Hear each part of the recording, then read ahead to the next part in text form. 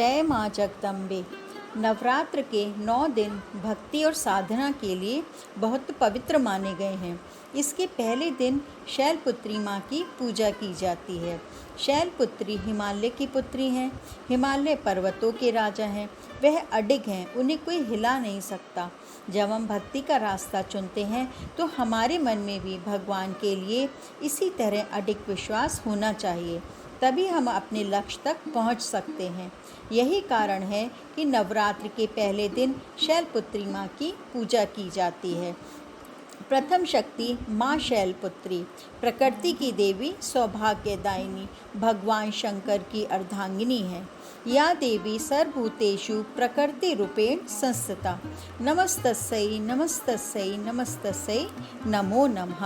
अर्थात जो देवी सभी प्राणियों में प्रकृति रूप से स्थित हैं, उन्हें नमस्कार है, बारंबार नमस्कार है। माँ शैलपुत्री सती के नाम से भी जानी जाती हैं। इनकी कहानी इस प्रकार है। एक बार प्रजापति दक्ष ने यज्ञ करवाने का फैसला किया। इसके लिए उन्होंने सभी देवी देवताओं को निमंत्रण भेज दिया, लेकिन भगवान शिव को नहीं भेजा। देवी सती भली भांति जानती थी कि उनके पास निमंत्रण आएगा, लेकिन ऐसा हुआ नहीं। वो उस यज्ञ में जाने के लिए बेचैन थी, लेकिन भगवान शिव ने मना कर दिया। उन्होंने कहा कि यज्ञ में जाने के लिए उनके पास कोई भी निमंत्रण नहीं आया है और इसलिए वहाँ जाना उचित नहीं है। सती नहीं मानी और बार बार यज्ञ में जाने का आग्रह करती रही। सती के न मानने की वजह से भगवान शिव को उनकी बात माननी पड़ी और उन्होंने अनुमति दे दी। सती जब अपने पिता प्रजापति दक्ष के यहाँ पहुँची तो देखा कि कोई भी उनके साथ आदर और प्रेम से बातचीत नहीं कर रहा है। सारे लोग मुंह फेरे हुए हैं और सिर्फ उनकी माता ने स्नेह से उन्हें गले लगाया।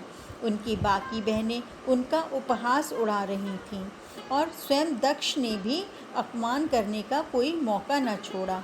ऐसा व्यवहार देख सती दुखी हो गई। अपना और अपने पति का अपमान उनसे सहन न हुआ और फिर अगले ही पल उन्होंने वो कदम उठाया जिसकी कल्पना स्वयं दक्ष ने भी नहीं की थी।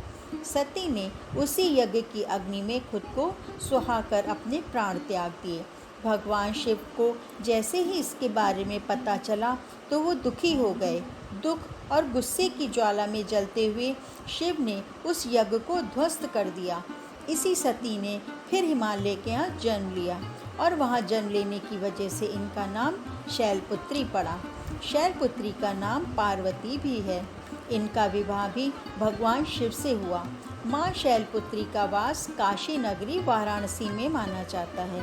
वहाँ शैलपुत्री माँ का एक बेहद प्राचीन मंदिर है, जिसके बारे में मान्यता है कि हाँ, माँ शैलपुत्री के सिर्फ दर्शन करने से ही भक्तजनों की मुरादें पूरी हो जाती हैं।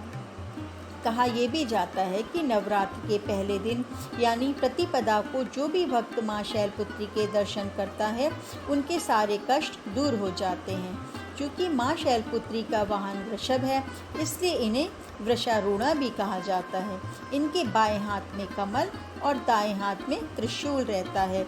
जय माँ जगदम्बे, जय माँ शैलपुत्री।